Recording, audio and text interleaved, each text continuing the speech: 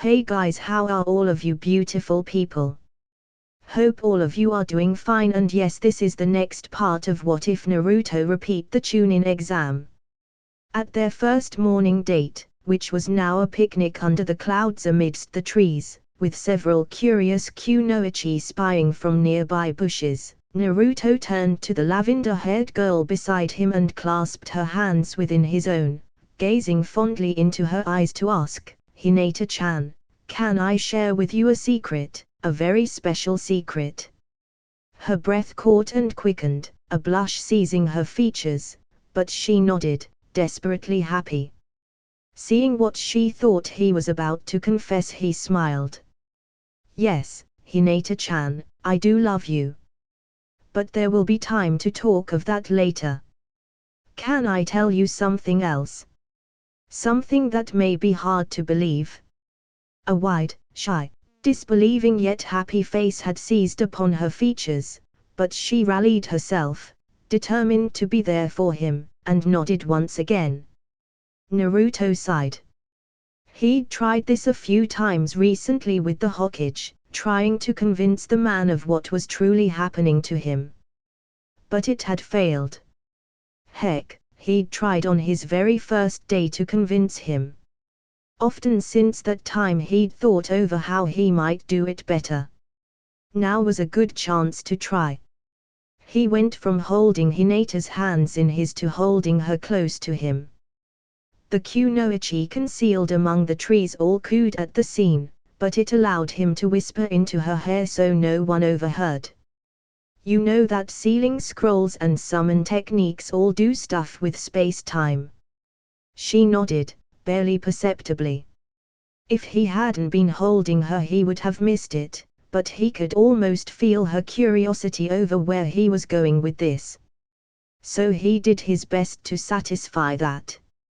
"Something happened to me, an accident, I don't really know. But one of those space-time jutsus went way wrong with me, not just a little wrong but big time." You see, he took a deep breath to steady himself before this admission. The last times he'd tried to explain this to her, back before he'd memorized the answers to the test, she'd never been able to believe him. And it hurt. Oh! How it had hurt! Shudderingly slightly, he made his admission. "Hinata-chan, every day I wake up it is the same as it was yesterday, and the same it will be tomorrow. I always wake up on the morning of the first test of the Chunin exam, and the whole day plays itself over exactly as it did before, unless I change it.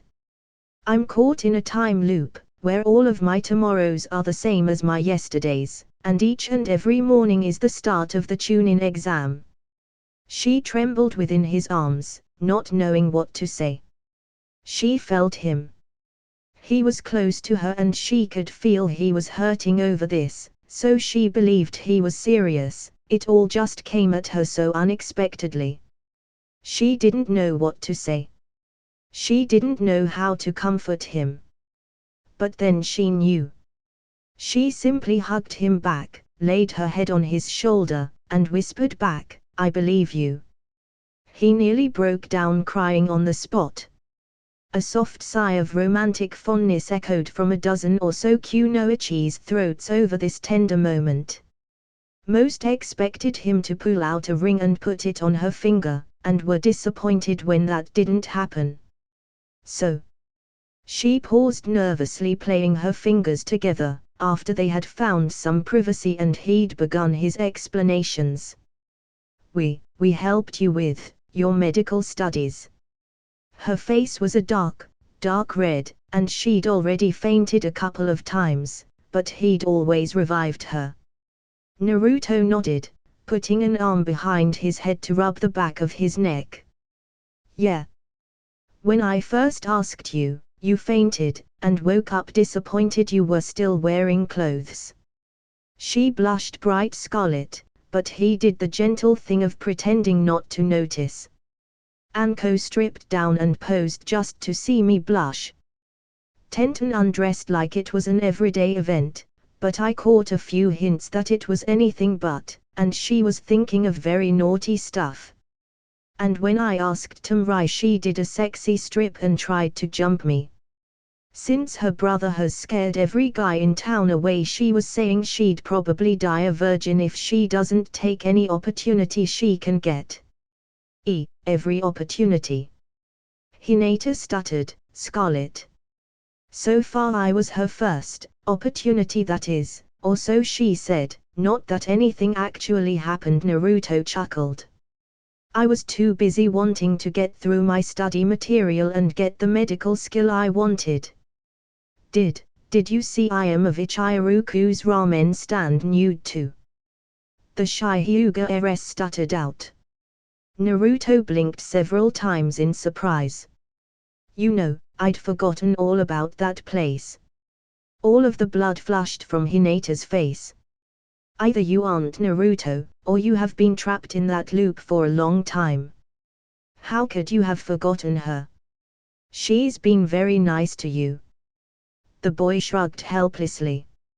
Sorry, Hinata, I just did. I used to eat ramen all the time, every day. But with everything else the same, I had to get some variety, so after Ino started to teach me how to cook, well, I haven't had a ramen since.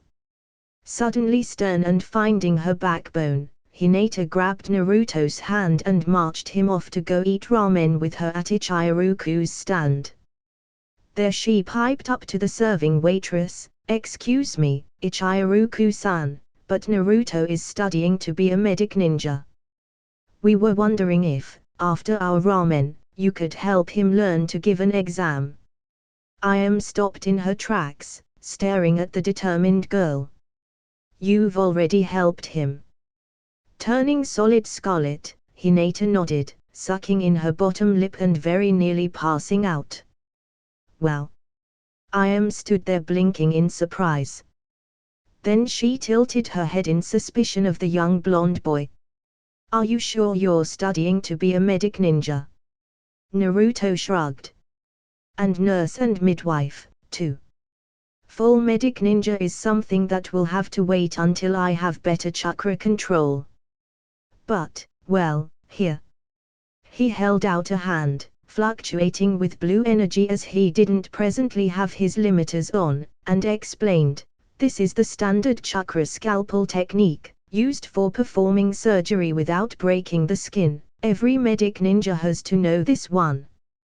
Only, as you can see, mine is alternating between surges and dips, with no way of telling which is which. I could hit someone with it in combat and not hurt him, or try to remove a wart and blow someone's head clean off.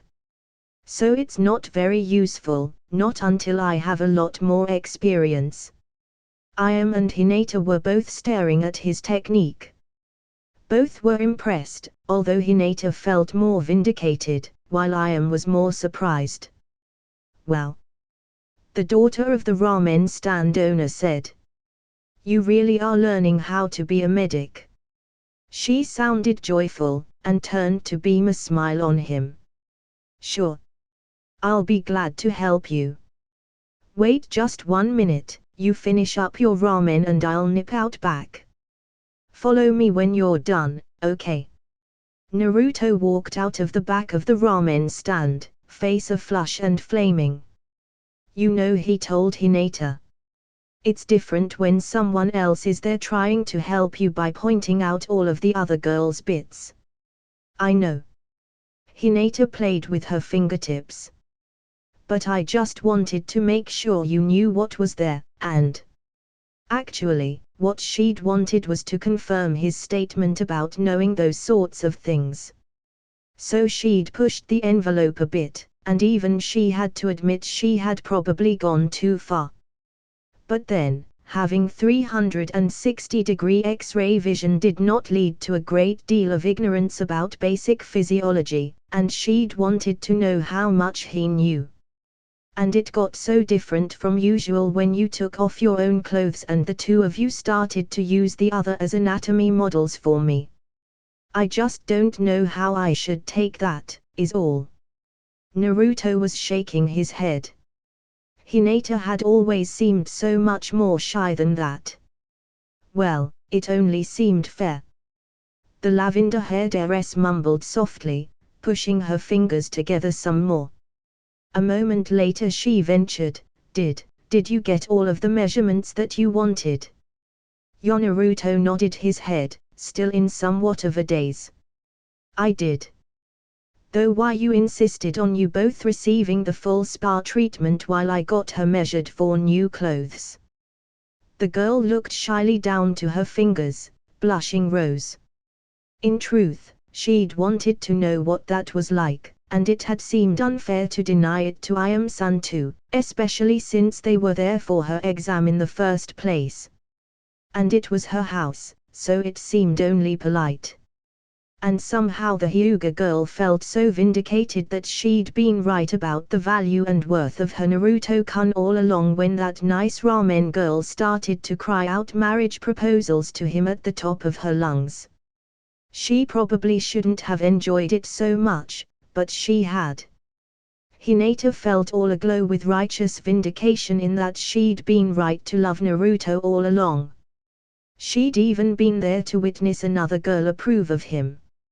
And there was something else to consider too, in that having been naked before him, and having put his hands all over her, had greatly reduced the Hyuga girl's shyness towards him. Although the present circumstances were so awkward it was hard to tell. In truth, all she wanted right then was another pelvic exam, or another set of breast palpitations, or both. Both. And a massage. Yes, another massage, one with the body oil again. Although she felt too awkward to ask. You do promise to fine-tune all of her clothes later? She asked. Yeah, I'll spend the next reset or two on it, Naruto agreed. And did you enjoy the ramen? She turned the subject away from those presently causing her flaming blush. The village pariah grinned. Yeah. I did. It brought back some memories of old times. Ones that were actually good. Hey, Tenten. Naruto called out to the girl right before they could see her out where she was practicing. But before she'd turned around, they were in view. I know what your secret desire is, and I'm going to give it to you. The girl gave a negative smirk, turning back to her throwing. You know, that's a lousy pick-up line. And what's worse is you shouldn't be trying to pick up more girls when you've already got one. She'd noticed him and Hinata holding hands. Oh, but it wasn't a pick-up line, he told her with a glad grin. I'm only trying to prove to Hinata that I have more knowledge than she could give me credit for, in order to prove a more wild theory to her. The weapons mistress turned back to face them, blinking. Okay, so what is my secret desire? This is lead, request radio check and status. This is Unit 1 check. I'm in position. Unit 3 in position. Target in sight, check. Unit 2 I guess. Give me another minute. Target in motion. Unit 3 called out suddenly. Bearing and speed. Lead demanded sternly. Lost visual, it's looking. Dang. A fox has gotten it. The Chunin gave a heavy sigh as his genin team lost it. All units, report back to base. And she, you're the one who has to tell the Fire Lord's wife that you let her cat get eaten. Oh. The genin girl whined miserably. That is so unfair. Elsewhere, Naruto, in fox form, trotted boldly out of the woods and placed the dead pet of the Fire Lord's wife before Tenten's waiting hands, where she'd been kneeling beside Hinata, waiting for him. The girl giggled, a smile on her cheeks. Okay, she laughed. You're right. I'd never admitted that to anyone, but after our first mission to retrieve that blasted cat, when she tore up one of my favorite dresses, I've always nurtured a secret desire to see her dead. You got me. That was it, my secret desire, and you filled it. as a few of Naruto's clones, also in fox form, dragged the cat off into the bushes to consume it. Waste not, want not, and the ability to become a cat could prove useful, so learning its internal anatomy was a must. Besides, to a fox taste buds, cat was delicious. The girl picked up Naruto Fox and began to cuddle him. As she petted him, she asked, "So what is this big secret you're trying to prove to Hinata?" "Hi honey, I'm home," Naruto called out as he threw open the door wide and entered the Inuzuka family clinic. Hana got the surprise of her life as her brushing of her dog got interrupted by the blonde-haired boy coming inside, picking her up using her clan's beast mimicry technique to grant his muscles the strength to do it, dropped a kiss right on her, and just the way she liked it, rubbed shoulders with her in the clan way, then went further and placed his blunt teeth softly on her neck in the manner of an alpha, displaying dominance over her. Then he gave her the sniff of a mate. If she wasn't so stunned she could hardly think she would have killed him for that. Her hand came up anyway, grabbing him around the throat and lifting him off of the floor. She noticed, out of the corner of her eye, a pair of girls, probably Genin by the looks of them, hanging out in the door watching this. "Okay, brat. You've got about 5 seconds to explain what you're up to before I break your neck." "Naruto!" Hana shouted out, awash in pleasure, before surging up off of the couch and grabbing him by his lapels. "Marry me." "Of course, I'd love to," he agreed demurely, setting aside the massage oil to take her in a hug, giving a wink to the clones in the background who went on playing soft music in the string quartet they had formed. The clones in the kitchen went on smugly cooking food while those presently designing her outfits amid the scented candles paused to give each other quiet nods. The other 2 girls receiving similar treatments to the Inuzuka clan heiress also lazily murmured out their own marriage proposals. "But I've got a secret to share that you may find hard to believe," he shook his head sadly, still giving her a hug. "In fact, no one else has believed without some form of strong proof of my knowing things I shouldn't." "Hi Gramps." Naruto wandered into the Hokage's office, Hinata in tow, as she had wanted to see this part. The trio from Sand, Kankuro, Gaara and Tamrai followed in moments after, with a wide-eyed Tenten and Hana following later. "Ah, Naruto." The old man took his pipe out and smiled. "To what do I owe the pleasure of this visit?" Arash's child pointed a thumb to Gaara, who was coming up disturbingly close to the blonde-haired Genin, and seemed possessive, as if he was a child who had just discovered teddy bears. "This is Gaara, the demon container of the one-tailed raccoon. He and his team are the lead elements of an invasion planned to destroy Konoha so the lord of their country would stop sending ninja assignments our way instead of theirs." Sarutabi's recently replaced pipe fell out of his mouth as he dropped it open in shock. "Remember, you promised to play skip rope with me after we confessed the Kazuki's plans to break our treaty and destroy your village," the red-haired psychopath whispered in low and deadly tones. "Do not forget." "Looking forward to it." Naruto shot the other container a nice guy pose with a thumbs up and toothy grin, even getting the glint to appear just right. That time studying under Lee and Guy was just too cool for words.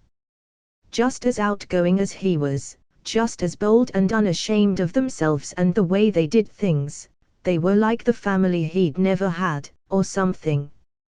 But Gaara hadn't gotten to play any of those normal kid games any more than Naruto had, so it was a simple matter to invite him to a few, and after playing jacks and hopscotch and a few ball games, earning his friendship for life, convince him to confess the invasion plans to the Hokage in return for a few more.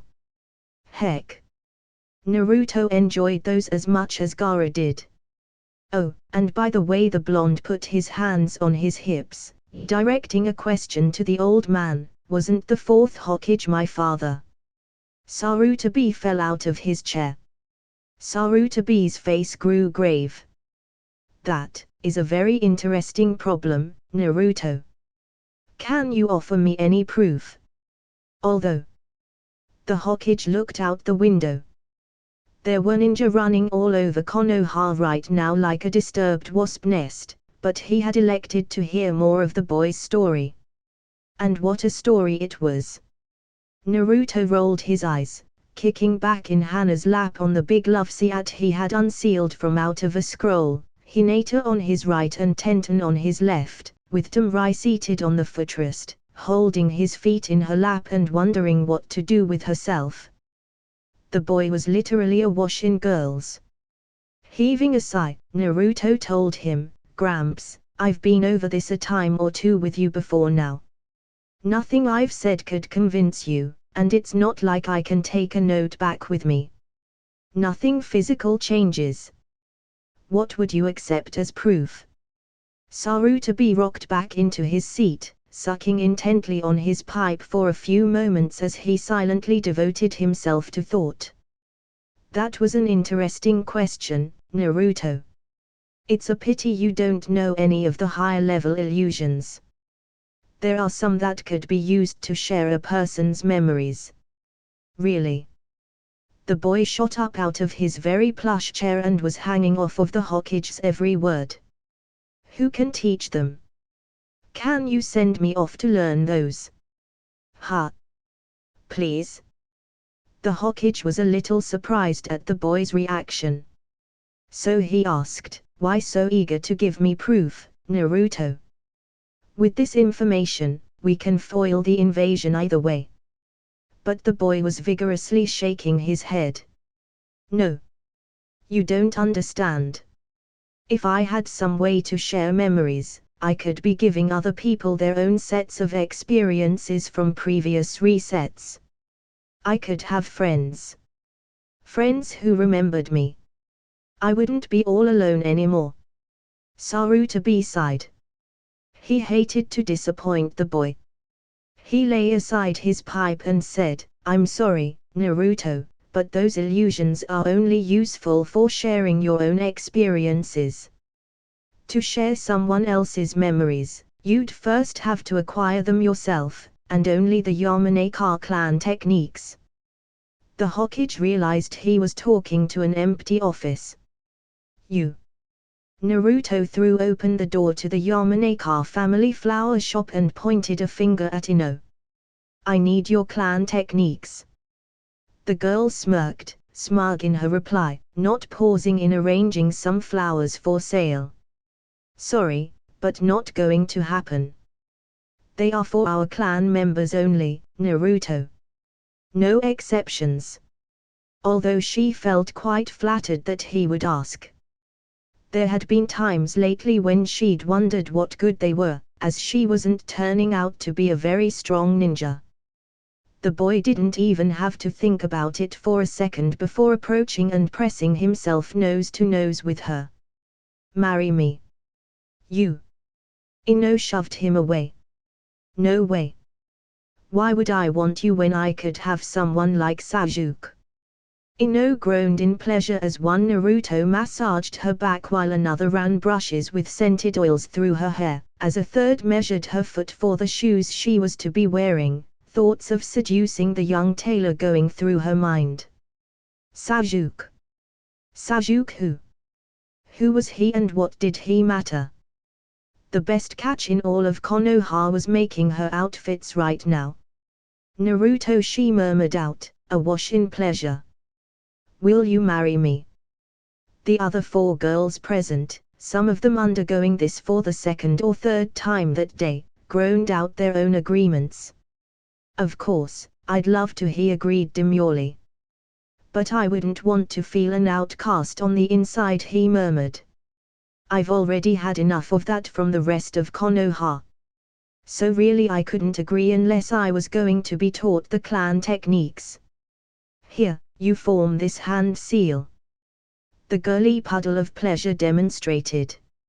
Outside, some Naruto clones were playing jump rope with Gaara while Ninja ran all about Konoha in somewhat of a panic over the upcoming invasion by Sand.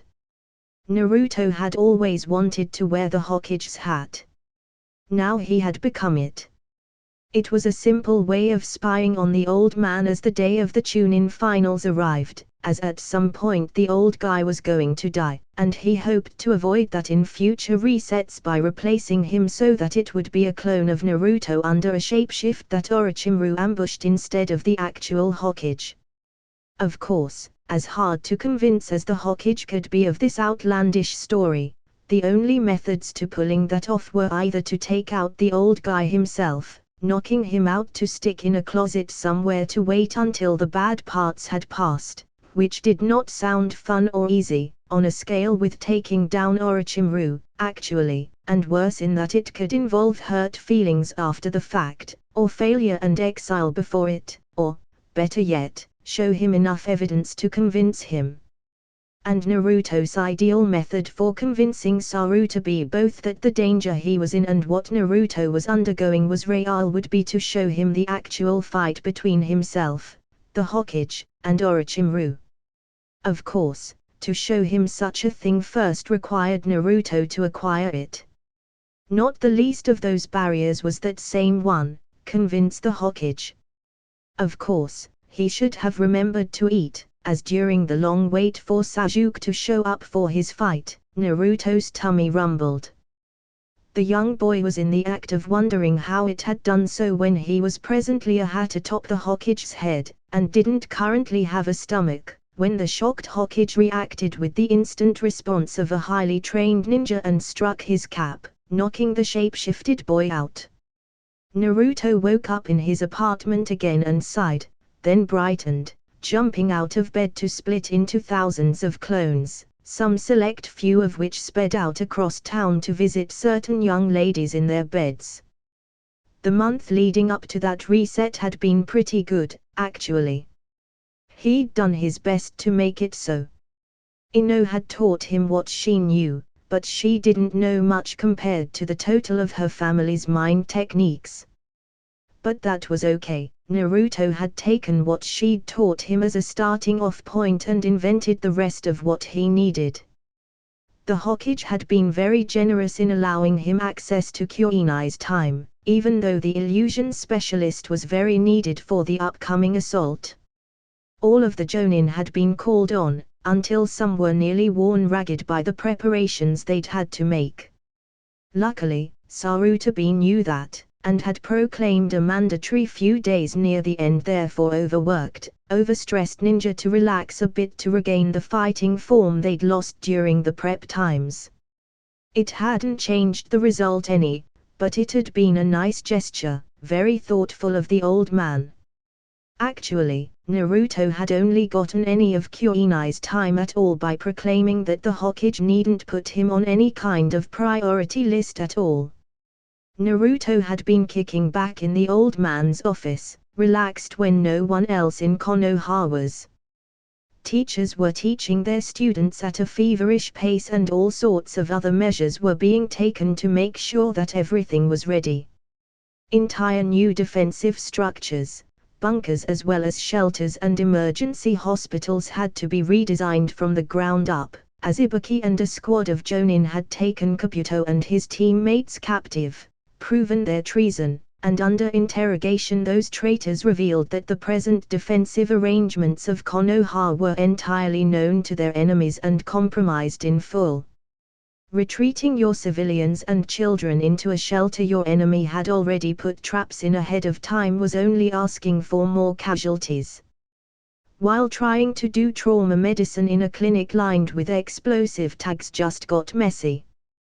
But clearing out those traps and tags, then making sure you'd got them all, and guarding those facilities so no one got in to replace those, was far more work than simply creating a new set of hidden bunkers and so on. After all, they were ninja, so their enemies were ninja too. You'd never be entirely sure that you'd gotten all of the tricks and traps removed. Odds were you likely hadn't. Every village had their own experts in obscure and oddball stuff. No one could know enough to check for them all. It was, in the midst of this frenzy of activity, that Sarutobi had noticed how calm Naruto was. The boy had just gotten married, to a fairly large crowd of young girls by most standards. His home was about to be attacked, and yet it had been in that moment that Sarutobi felt his first serious doubt that Naruto might not having been making up that time travel story all along as an obscure form of prank or attempt to gain recognition. What he'd seen back in that office had nearly convinced Sarutobi. There, on Naruto's face, was not the expression of a warrior whose home was about to be assaulted or destroyed, nor was it the face of an ignorant child who was innocent of the dangers posed. It hadn't even been the face of a hidden traitor who had helped to bring the whole thing about. It had been the face of an old campaigner, who'd been through it all before and who would survive to do it all again, a man who did not have to frantically get ready, as he was always ready, all of the time. Naruto hadn't even been aware of how much he'd changed when he hadn't felt the need to keep his masks on, but to the Hokage it had been far greater than the contrast between an anxious new student preparing to go off for his first day of classes, carefully frantic to get all of the books and things gathered together, making sure they were presentable, then unable to sleep the night before for all of the excitement, and one who has been attending the same schedule for many years. Sarutobi had realized then that it had become a routine for the boy to have his home village be invaded. There was no mystery for him to it, no anxiety or uncertainty, nothing that it could present to him was entirely new. He was completely familiar with every aspect of it. It had been in that moment that Sarutobi realized that Arash's child had seen more of carnage, chaos, war and death than he himself had, and the boy had not lived through any of the last few ninja wars, as he'd done.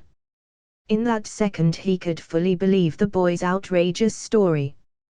Of course the second had passed, as seconds always do, leaving the Hokage to second-guess his moment of discovery. But it had given him pause enough to stop what he'd been doing, fold his hands upon the desk before him, and ask, "So, Naruto, what are your plans for the future?" The Hokage had meant the invasion, but it strengthened his suspicion when the child told him, "Use the memories to train everyone up to meet this the next time, of course." Naruto said it with such a casual, uncaring shrug that Sarutobi got chilled. "I meant for our immediate future, the invasion," the elderly man corrected.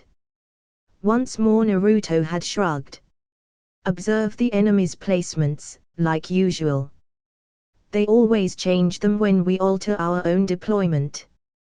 Then, see if they can score any casualties on our shelters in spite of the new setup. If they can, that probably means that someone aside from Kabuto's team are funneling him information.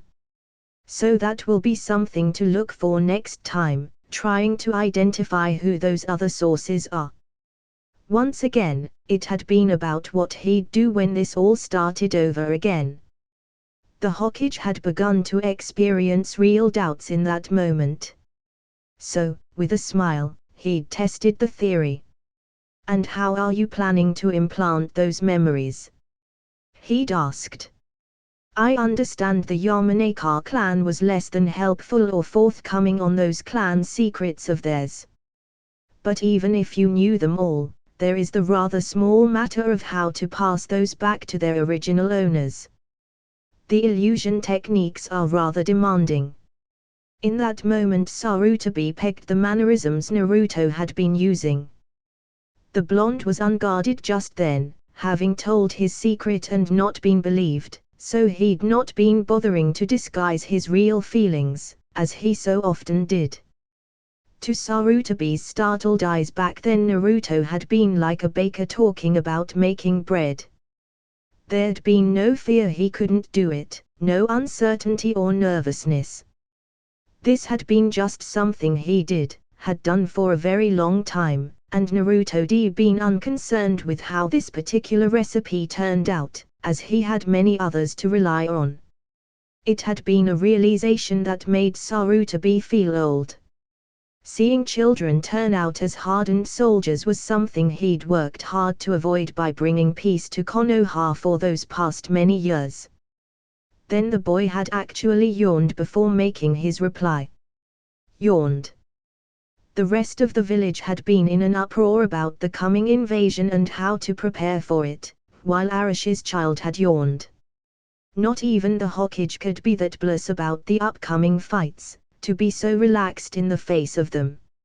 Scratching himself, the boy had replied to the Hokage's question, "Well, they did try to keep them secret, but I figured out enough from what Ino showed me to make the copies. That's the big part. With those, I can afford to take a couple of resets on learning how to implant them. What I think I'll do is get you excited over the prospect of having my memories of that fight against Orochimaru in the Forest of Death part of the exam, so you'll send me off to Kuinai to learn how to do that whole memory share thing. I'll only have half a day, at most, each time to learn the techniques, but I can cut it down to a 2-day repeat set to maximize learning time over a minimal wait period, then use the in-between time to practice whatever exercises she gives me." That could actually work. Sarutobi had briefly considered it from the boy's perspective for once. Yes, his plan is totally independent of me right now. That thought had made him visibly feel even older. Useless was one thing no one ever desired to be. Instead of dealing with that horrible thought, the Hokage had pulled down a blank piece of paper and begun to write upon it. Having presented the newly sealed note to Naruto, he'd said, "Here, this will authorize you to claim enough of Kuinai's time to give you a basic familiarity with the illusion you seek." The Hokage had taken a deep breath, then forced a smile. Good luck, Naruto." The blonde had accepted the note with a surprised glance, but got businesslike in how quickly he vanished to go make use of it. Exactly as an experienced, professional shinobi should be. The utter professionalism of those moments had destroyed the Hokage's doubts further. But Naruto, by then, was gone. Naruto had become the Hokage's hat so that, no matter what happened, he could be with the old man up until his very last moments, as he figured that the more information he returned with, the more likely he was to convince his Gramps of this story the next time, even if he failed with the mind thingy. Obviously, that hadn't worked. Stupid grumbling stomach. He hadn't even gotten to see the look on the Hokage's face as his headwear had growled like that. He'd have to plan that as a prank sometime. Still, Naruto was not incautious on other matters, having captured memories from all of his wives before that last day had even started. He'd hoped to have updated them at the last moments, but understood the fighting could be so chaotic that was far from guaranteed to happen. Still, his clones had known enough to have made last copies right at the end of the last of their matches, after everyone but Sasuke had fought, as the last time they'd been through a wedding repeat. That had been the last safe and sane moment where copying those memories could be done. Really, Ino hadn't known enough, and the rest of her family wouldn't teach him enough, to make that memory copy process work as it ought to. Naruto had been forced to fall back upon his old academy habits of knowing only just enough to puzzle out the rest. So his memory copy jutsu was unmastered, barely even tested.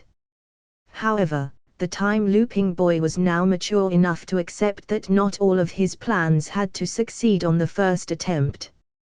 But even though one had to accept failures when they happened, it also helped to provide for success, so he'd spent most of that last reset working to build the relationships he had with his girls, providing them with the best weddings and conversations he knew how, just in case that all had worked. Of course, that being a wedding reset, there had still come a confrontation with Hinata's father, and that hadn't grown any less inelegant. Sarutobi had been even less amused about the lost Anbu, with the invasion to consider, and the whole village hating him, then confused about his bloodline and father and all, was a heavy burden for those girls to consider. Still, although it hadn't been perfect, it had been as good as Naruto knew how to do for his girls, which wasn't at all bad. On the other hand, for other people it was worse. Although Naruto hadn't put much thought into it, Gaara could get away with killing Konoha ninja because he wasn't one himself. He was from Sand, which gave him some leeway, as it placed him outside of the Konoha justice system without provoking a serious diplomatic incident much like the war they'd been preparing for, or the one with Cloud they'd barely avoided. And, as an admitted psychopath, he had still more leeway. You provoke one of those when you know what you are doing and most see it as you deserving what you get. Still, that would have done nothing more than delay those repercussions, but for the way that whole thing got resolved.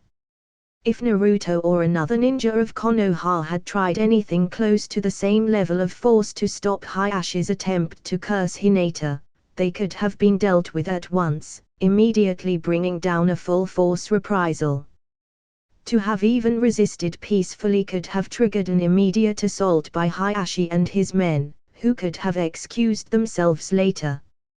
Which had been something of the Hyuga's plan all along. Hayashi had always run around those rules he found inconvenient by operating on the phrase, "It is easier to get forgiveness than permission." A simple excuse of, "The demon brat used force on my men," so we replied could have gotten him forgiven of murder, even though he'd been the one to use force in the first place. He would ride it through by catering to those who had not been there, or subverting those who had been to his side, using the fact that they wanted to believe the worst of Naruto to get himself out of any blame for having openly provoked a confrontation, then destroyed him. Whereas, getting permission to execute Naruto beforehand was something that Sarutobi could and had blocked before.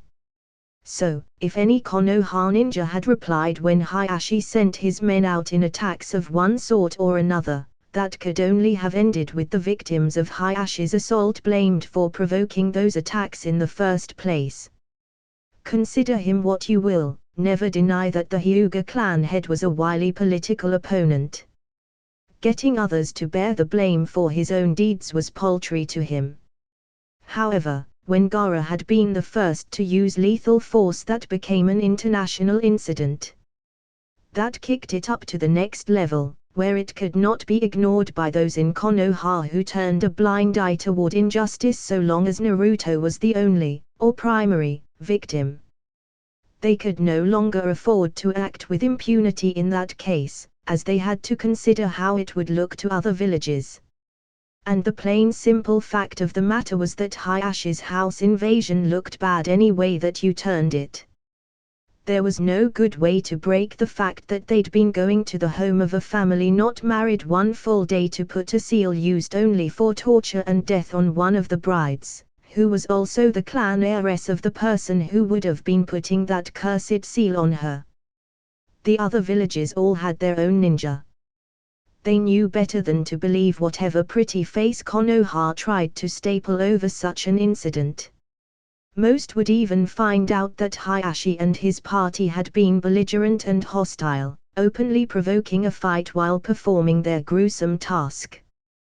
There was no way for them to disguise that, and to any village other than Konoha, Naruto had plain and uncontested authority over his wife as part of his new clan, and that the old one should have gone piss up a rope. No one, outside of Konoha, could or would fault Gaara for having resisted that with whatever force he felt was necessary. To most, those who died were about to break law by taking Hinata away when Naruto had authority over her as part of his new clan. And it would have cost Konoha their nice guy image rather completely to have such a story get out. Konoha enjoyed a substantial portion of their business due to the nice guy image they tried to present. Hidden mist, while they had extremely effective ninja, had a substantial portion of the available customer base who simply wouldn't touch them due to their fearsome reputation as ninja who had to kill their own comrades to graduate. Who could trust a ninja who had already killed his own friends? Then, of course, it was proved, but only after Hayashi had pushed to get his way and provoked a defensive response that left several dead, that even by the bloodline favoring laws of Konoha, the Hyuga clan was in the wrong, as Naruto had an equivalent bloodline, and thus equal if not superior rights. Hayashi had overstepped his bounds many times before he'd gotten away with it to others' cost. This time that equation had been reversed. Sarutobi could no more prevent all the deaths of Konoha ninja than he could stop the leaves from falling. Those lives had not been lost to his order, nor to any fault of Naruto's. If he had not resisted, or more accurately, called in Gaara to resist and protect them, Hinata at least would have been put under a caged bird seal, if not killed. What Sarutobi had known, and considered, that Naruto had not experience enough to predict for himself was that it would have been too much for Hayashi to resist having used the seal upon his daughter almost the moment it was placed, torturing her right there before her husband in hopes of provoking him to combat. There had been a reason so many Anbu loyal to Hyuga had gone that day, and why the Hokage had been looking so grim. It had been Sarutobi's belief that he knew the man enough to guess that the Hyuga clan head had a long speech prepared to deliver as he slowly, tortuously killed his own child, all about how it was better that she should die than her noble bloodline should be sullied by the taint carried by the boy she'd married. Those might not have been the exact words, but Sarutobi had believed it would have been along those lines. Deliberately insulting on top of the injury in the hopes of provoking combat, which Hayashi could then use as an excuse to have killed Naruto, and perhaps every member of that small family as well, just to wipe the entire slate clean. It was not as if such things had not happened before. No, Sarutobi had regretted the loss of those Anbu, but before they'd even gone to the compound it was clear that some death was going to be delivered that day, and he could not blame Naruto for it. No, he'd been there mostly to intervene when and if he could, and that had proved unnecessary.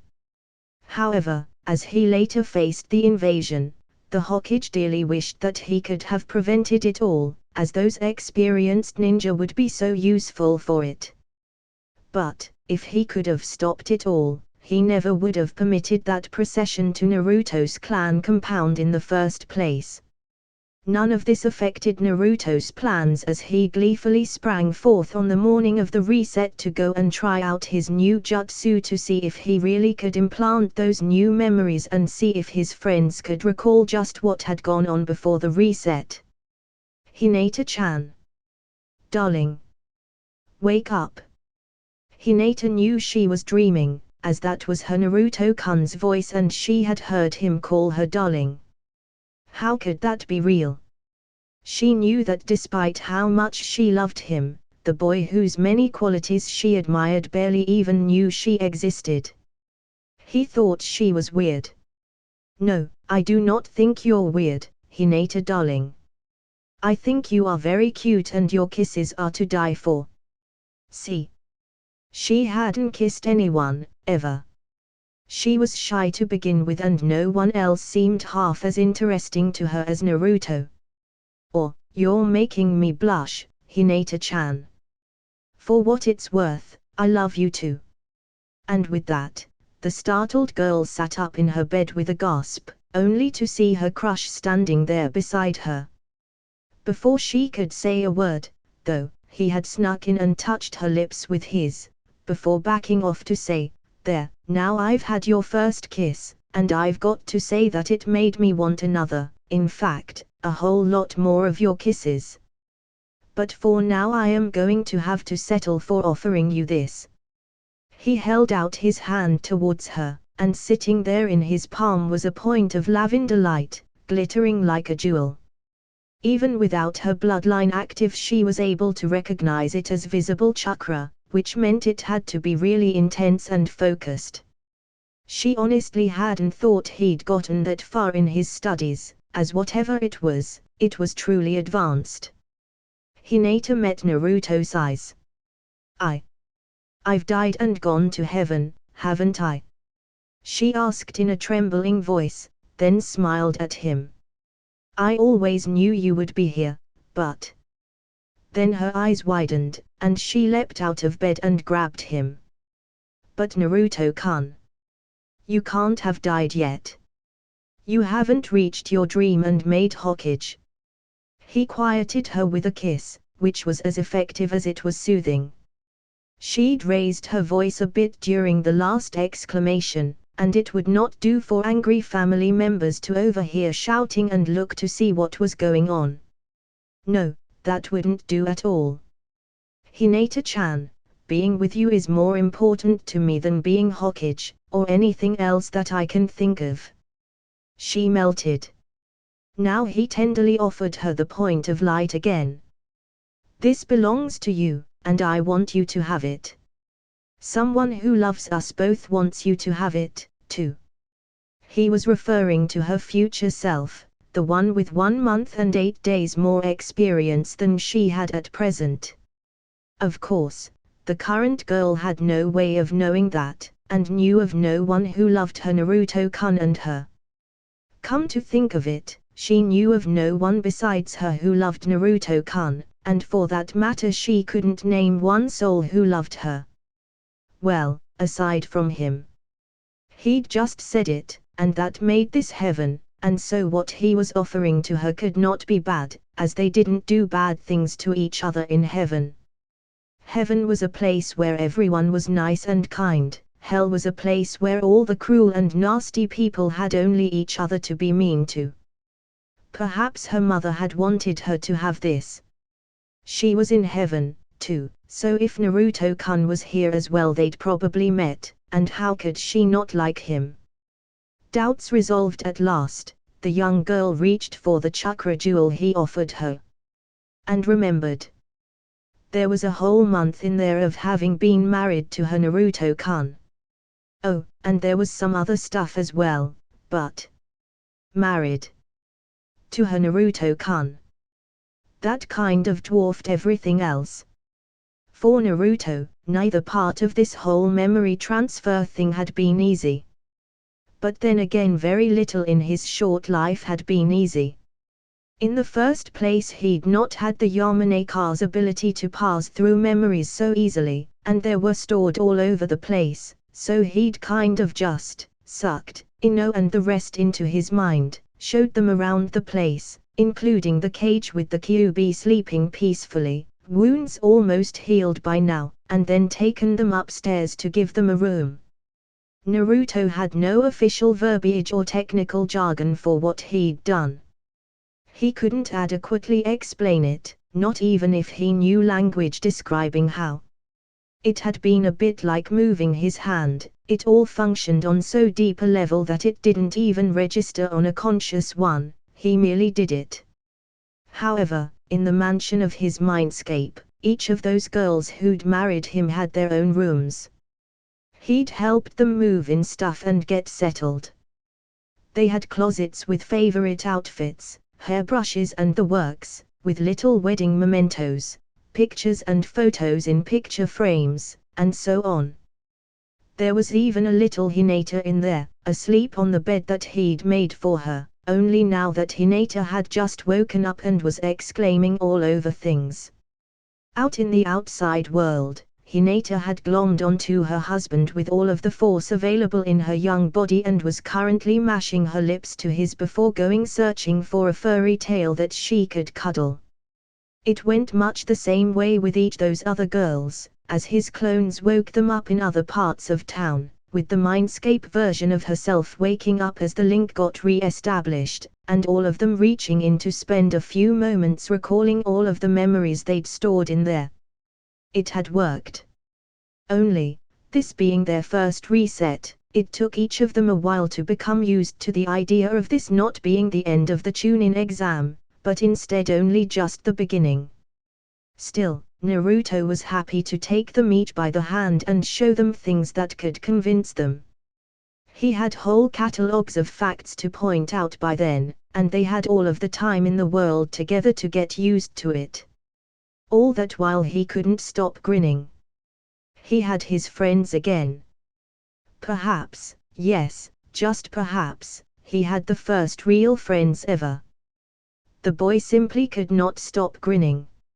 Of course, no sooner had it been proved to everyone that the resets were real and the memories had happened, time just got turned back, then the immediate priority became training. Lots and lots of training. Because, you see, they all had an opportunity here. Naruto had never even come close to being able to pass on all he'd learned before. There just wasn't time, only now they had all of the time in the world. The girls could only learn things Naruto knew. Well, perhaps that could be better stated by saying he could only teach what he knew, but they also had those same limits that restricted him, namely nothing physical could change. By using the Sharingan, albeit briefly, and those pangs of yearning for it had still not left him entirely alone, he'd wake up sometimes still wanting to go out and challenge the whole town just to learn all of the jutsu and moves used in Konoha. Naruto had implanted muscle memories of what he'd learned up until that point. Now he was left in the condition of someone who was out of shape for what he'd been doing. His mind knew what it was doing, and so did his body, but while his body knew it didn't necessarily have the refined capabilities to do it, just like an athlete that has stopped practicing for a while. He knew, but he was rusty, having lost his edge as the fitness freaks would call it. Never mind that he was far better now than he'd ever been, that was how they'd see it, because that was the only condition in their experience that could properly explain it. Both he and his body had the movements programmed in, but all of those tiny little adjustments practice made to the muscles were lacking. So, while he had very good skills indeed, they weren't all they could be. Naruto's muscle memory-powered martial arts were indeed about twice as good as they'd been before. He'd gone from top Chunin to low Chunin. But he'd probably be a substantial step closer to mid Chunin if he could have that last little bit, the added flexibility, power and toughness that came from those callous and things he'd couldn't form while caught in a repeat. Not that he expected to get them. It just helped to be aware of the issues that were holding one back, as those same things would be holding back the girls. Actually, he had a good perspective on that from his training under Guy and Lee. Those martial arts specialists had ceaselessly encouraged him in their own particular way, and Guy had, more than once, complimented him on his ability to pick up their style. That was the thing, in the strong fist style practiced by those two, he'd already had the reflexes, picked up by the Sharingan from watching Lee, first fighting Sasuke, and then in the prelims against himself. But having that had interested Guy less than Naruto's work-developed ability to learn them mentally. Apparently, having to learn the academy martial arts style by having carefully memorized each and every step, along with the exact placement of each limb and joint as he did so, then having to do that all over again when the Kyuubi gave him that unwanted growth spurt, had trained Naruto's mind in the ability to pick up and study martial arts. In layman's terms, he'd learned how to learn them. Having had to focus in on every exacting detail, not just once but twice, had granted Naruto an understanding of how to learn and study martial arts, one that even Guy found impressive.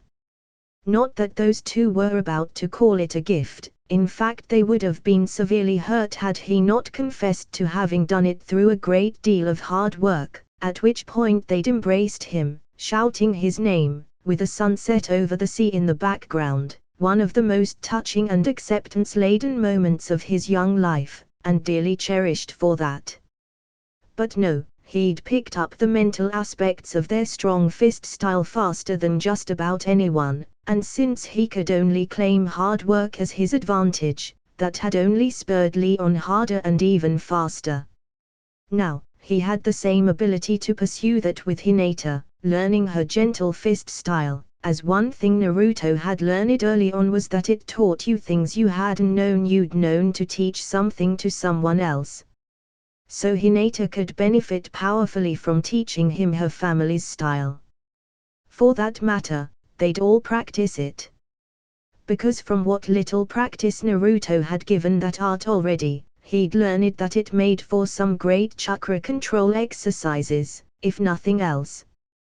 Besides, bloodline theft was on the horizon someplace, so it wasn't entirely out of the question that at some point in the future they could be able to use that style as well as any of the Hyugas. Not that they'd be great, because those same disadvantages still holding him back would still be there, but for the situation they were in, the Hyuga's gentle fist style was better for them than Guy's strong fist. That was because the strong fist depended on massive physical development, huge and intensive training programs leading to a fitness level that verged on the insane. And they simply couldn't do that, as it wouldn't improve them a bit. Naruto had learned how. He'd been through those intensive training regimes alongside both Guy and Lee. He knew how to push his body beyond its normal limits, felt the burn, got a real workout, and so he'd gotten the knowledge and ability to exercise on that level. He just didn't want to do so uselessly, and so had been holding back on it until he felt it could do him some good. But the gentle fist, with its soft deflection instead of hard blocks, was better suited to them now, when they couldn't become physical powerhouses. It wasn't that the art was any less demanding or that they weren't limited still by their inability to benefit speed or endurance through exercise, but that the style's focus on soft forms made it capable of using what they had far more efficiently. Hinata, sadly, would likely never beat Neji in a straight-up fight using the Hyuga style, as the older boy had developed insane speed into his body that now she couldn't match. Skill-wise, however, she could come a great deal closer, if not surpass him. Another thing they'd all want to practice was throwing weapons. Naruto had gone from being able to hit 40% of the time, instead of Tenten's 100%, all the way up to 80, half that, still, with the exotic garbage not meant to be thrown. Still, 80% of the time was not bad. And it could do Hinata a world of good to throw junk at Neji or that chakra-stealing guy instead of having to face them in close combat. Similarly, Tenten could gain a great deal of edge on future opponents if she had some close combat capacity instead of being all ranged.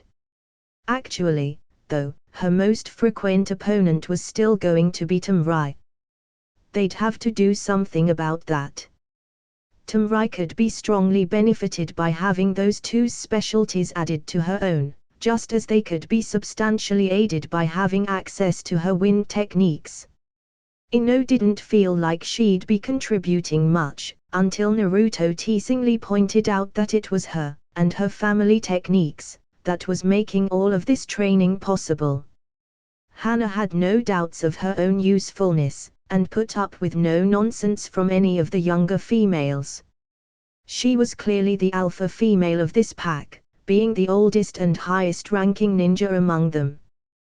Besides, her clan techniques could be among the most useful of all to them, as between that beast mimicry and some others, they could be using chakra to boost up their otherwise permanently stalled physical prowess. Ayam, who Hinata had insisted they bring along, had been content to quietly make meals for everyone, until Hana made it clear that she wouldn't allow it. The ramen stand owner's daughter had never been a ninja, but in Hana's eyes that ended the moment she became a member of a ninja pack who were in a position to potentially save their village when no one else could. As alpha female, management of the younger bitches fell under her authority, and Hana had already decided to make the waitress into a ninja because she felt they needed every bit of help they could get on this assignment, and she was available. So, before any of the other members of the pack had anything to say about it, Iam's tutoring in the ninja arts was already happening. There was enough of Naruto about to help with all that had to be done, of course, and one of the first things he'd wanted to teach them all was his version of the shadow clone technique. Hey, it was enormously useful as a training tool. It didn't much matter if each of 10 clones had only 1/10 the chakra if they were learning things like Naruto's civilian trades. And for most control exercises, a limited capacity was only a small detriment. Sparring and martial arts practice, so long as they were strictly martial arts moves, would not be hindered in the least. So, for most of what he had to teach them, the ability to make clones was a big step up on everything they wanted to do. Luckily, he'd had a ton of practice training Tenten in this, so it didn't even take a whole reset for every member of that small family, including Iam, to have that technique down to where they could use it. He'd also had enough practice teaching her how to make explosive tags that went quickly too, spreading over everyone in the same short amount of time. Getting everyone to do the basic chakra control exercises taught to him by the scroll of Ibisus, the one listing out how to develop elemental affinities, was another useful thing to start, and, although that didn't have as quick results, he didn't expect them to be fast on that. Having memories about losing their Chunin exam final fights was proving to be very motivational to the girls, not because they hated their opponents or wanted revenge particularly, but, as Naruto warned them, if you get into a fight you can't win during those resets, then you tend to get beat up an awful lot. Since no one likes to get beaten, least of all tender young girls, they practiced hard to bring their skills up. All of this time, while Naruto had clones training each of his girls, he also had more out there continuing to practice his own exercises and training, in both chakra control and everything else. And when the real him got over being giddy that he had real friends again, ones he could hang out with and who'd understand him, whose every reaction he couldn't predict anymore, well, then it was time for him to celebrate by working on whole new stuff. He'd gotten a breakthrough while practicing on seals to use to adapt Hana's armor to her despite her clan techniques tending to bulge and swell certain parts of the body, muscles and such, but also teeth and forming fingernails into claws and so on.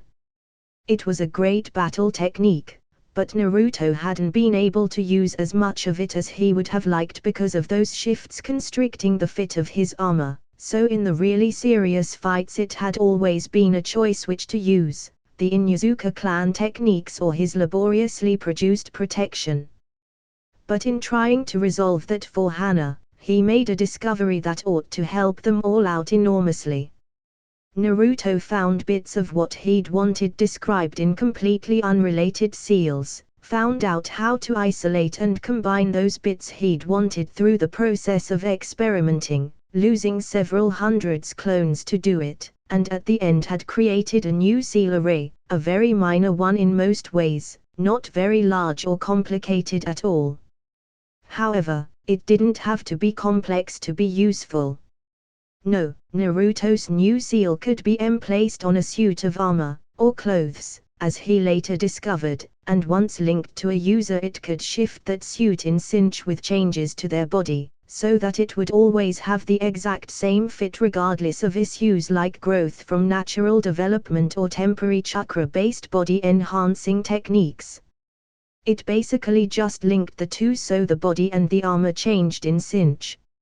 It was so small a seal array that he could even hide it in the hems of clothes so that no one, not even the wearer, had to know it was there. So those wardrobes he'd learned how to create for his beloved females, and that were the envy of half of Konoha, could now be created again with impunity if he were to desire to do so. It didn't solve the problem of him becoming a famous tailor, but it did solve the issue of them growing out of those carefully fitted ninja outfits over the month or so before the exam finals. And now he and Hana could use those Inuzuka clan techniques wearing armor. Which meant, if he really wanted to, he could now design suits that were much thicker, as the increased strength granted out of beast mimicry would allow them to bear that properly. It couldn't be made to stop Orochimaru's sword or Manda's teeth, frankly, what could? But against anything in the light to mid-range of power, which was most of what everyone threw in combat except for certain rare heavy hitters like they mostly happened to be up against, it should do fine. So the armor began to appear again, with more confidence this time. Actually, Naruto had a great deal of fun there, as now that those girls could be consulted they had more ideas and imagination to throw things about and bounce ideas back and forth. And Tamrai, being the daughter of the Kij of Sand, a country which dealt mostly in metals and metal goods, had learned enough by overhearing casual conversations and such to be able to suggest other metals and possibly alloys for Naruto to experiment with. That proved to be an eye-opener, as previously he'd done most of his work in steel, although he'd also done some copper cookware for the sake of it. However, though they were more expensive and harder to find people who could teach him to work in them, there were some other materials. Titanium in particular was both lighter and stronger than steel, having the highest strength-to-weight ratio of any metal, although it wasn't something an ordinary blacksmith could just casually set a hammer to.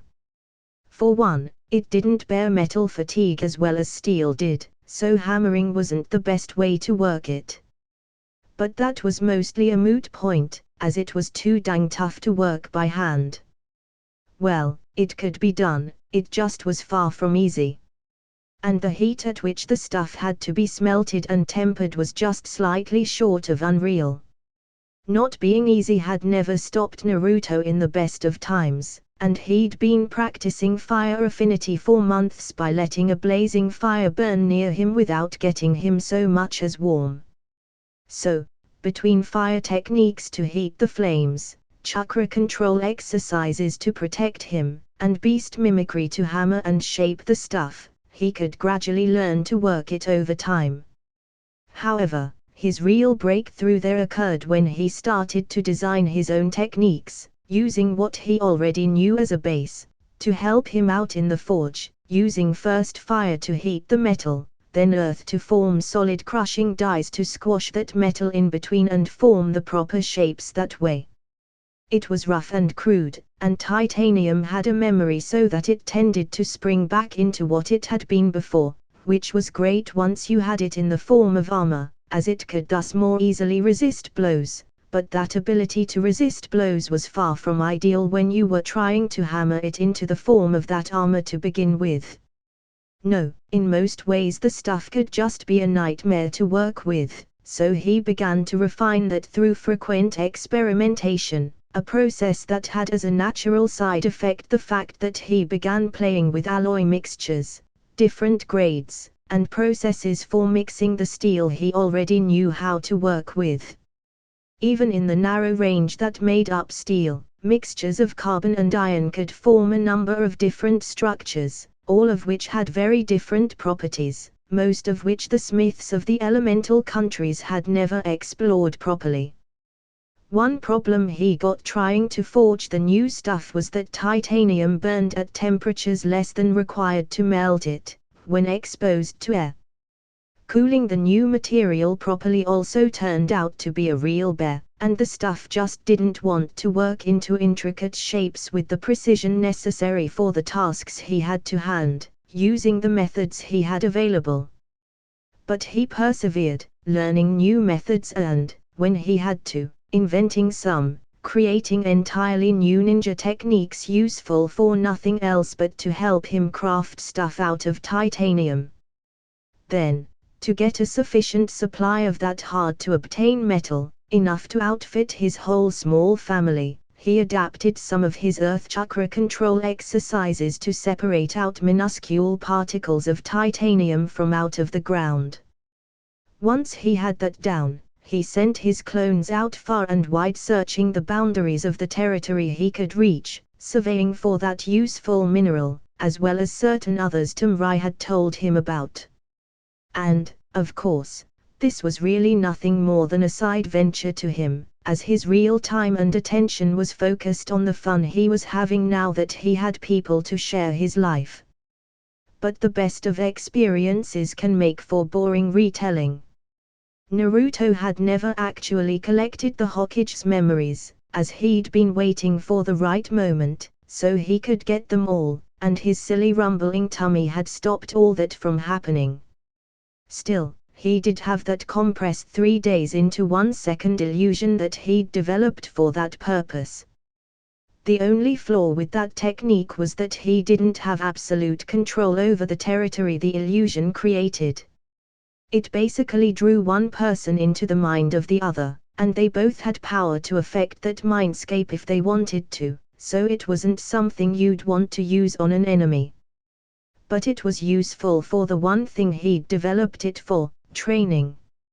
He'd hoped to use it on the old guy a second or so before his death, so they could set up a memory cache together at their leisure.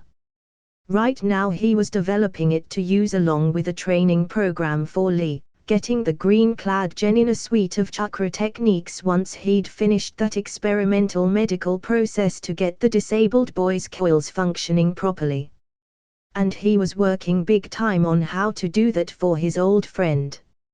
Ninja medicine was about what you'd expect, as it met a ninja's typical needs, and mainly those came in the form of stab wounds, burns, shocks and the like. In short, it was trauma medicine at its finest. But Naruto had identified 2 areas that it lacked in already. One of those was in disease control. They frankly weren't very good at it when compared to their trauma specialty, but the other was in degenerative conditions. Into this last field also fell such things as incomplete generation. Lee's chakra coils had never finished their development. That was it. That was all, just a certain vital part of his body had never completely grown into what it ought to be. That sort of thing happened with some frequency, and they were generally known as birth defects. Sometimes the person having them died, like when the heart had incompletely formed, or sometimes the person was completely normal in all ways but had something crippling like no legs. Lee's chakra coils fell in that latter department. However, this was something that the injury-focused ninja medical science had not addressed. The doctor at the clinic giving lessons who'd used Lee as an example had been thinking in terms of surgery to repair, replace or reconstruct those coils, a daunting prospect indeed. Naruto, who'd been doing explorations into bloodline theft, had just absorbed all of the hospital's recorded knowledge on that subject, and had a different idea. Bloodline theft could be accomplished a number of different ways.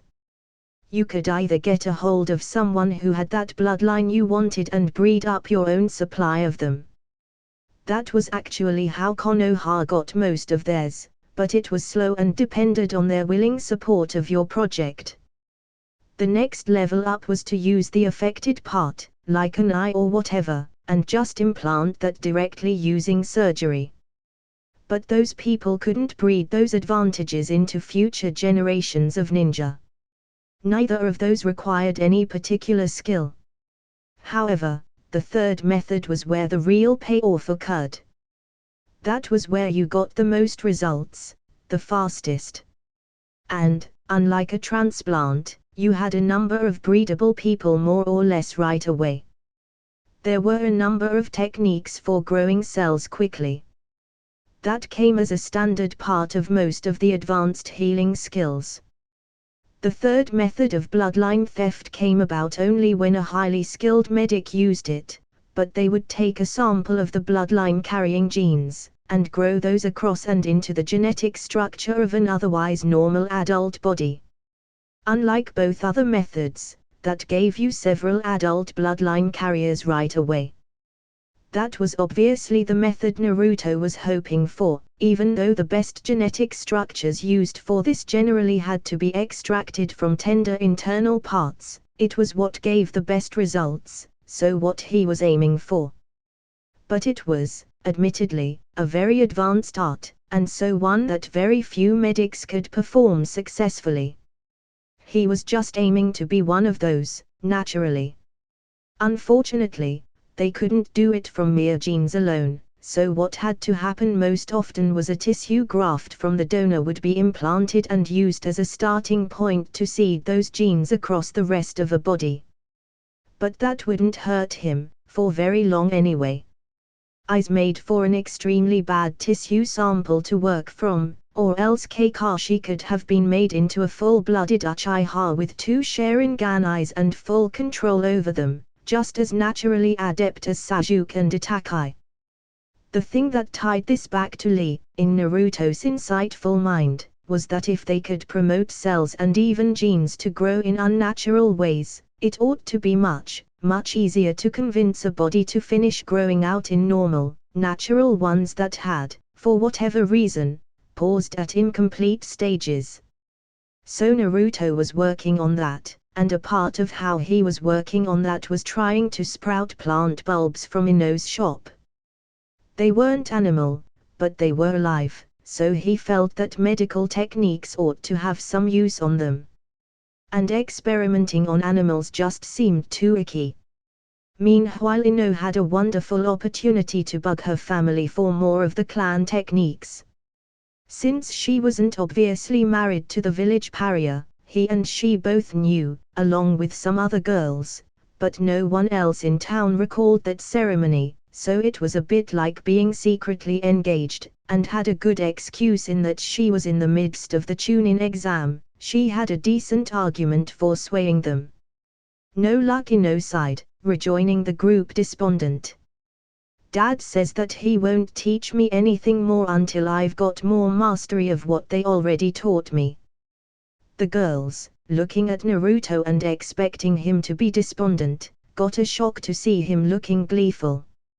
Matching their gazes, he cackled, rubbing his hands together in a fake villain way. Excellent. The girls were dumbfounded, so he explained, giving them all a glad shrug. It's no big deal, really. Your dad did the next best thing to saying, yeah, sure. I'll train you. But he just said he won't.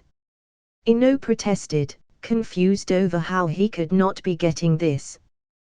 But Naruto was already shaking his head, instructing them with a gleam in his eyes. No, he said he won't train you yet. That's a very important qualifier. So, we practice what you already know on each other, and next reset or so you go up to him and, this is the fun part, don't ask him for more of your family techniques. Instead you'll ask him for help mastering what you've already got. Then, at some point probably not too far away, he'll realize, well, my little princess is better at this than I thought. I guess it's time to train her up to the next level. Ino sat stunned as Naruto copied her father's voice and tones precisely. Those words were even the kind of phrases her daddy would use. Naruto had leaned back and crossed his arms behind his head, shrugging. He told them, don't forget, we're in a time loop. There's all the opportunities we could want to get something right. If it doesn't work the first time, try again. And your dad gave it to you on a silver platter, all you've got to do now is approach him after we've practiced you up some. Then he'll see that your skills have improved, he'll think you're ready for the next step, and if he doesn't see that himself you can ask again, or if not him then your mom, or whoever you could convince. It's simple, really. They all blinked at that thought, not used to thinking in terms of resets or doing those same actions over again with only slight variation, hoping to get better results. Oh well, they'd learn. Naruto had several fairly short resets in mind, as currently he was hoping to examine the cursed seal Orochimaru kept putting on Sasuke, and the best time to do that was when it was still stabilizing itself. After all, having seen the snake guy implant the thing using that long neck jutsu of his, while under his temporary Sharingan, Naruto had a fair idea of how the whole cursed seal thing worked. Well, no. That must be restated. The Sharingan taught nothing of the hows and whys of a jutsu, not even the whence or wheres, only the what. It gave you the ability to do something without having to understand how you did it, just like punching the buttons on a remote control didn't grant you power to understand the device that it operated.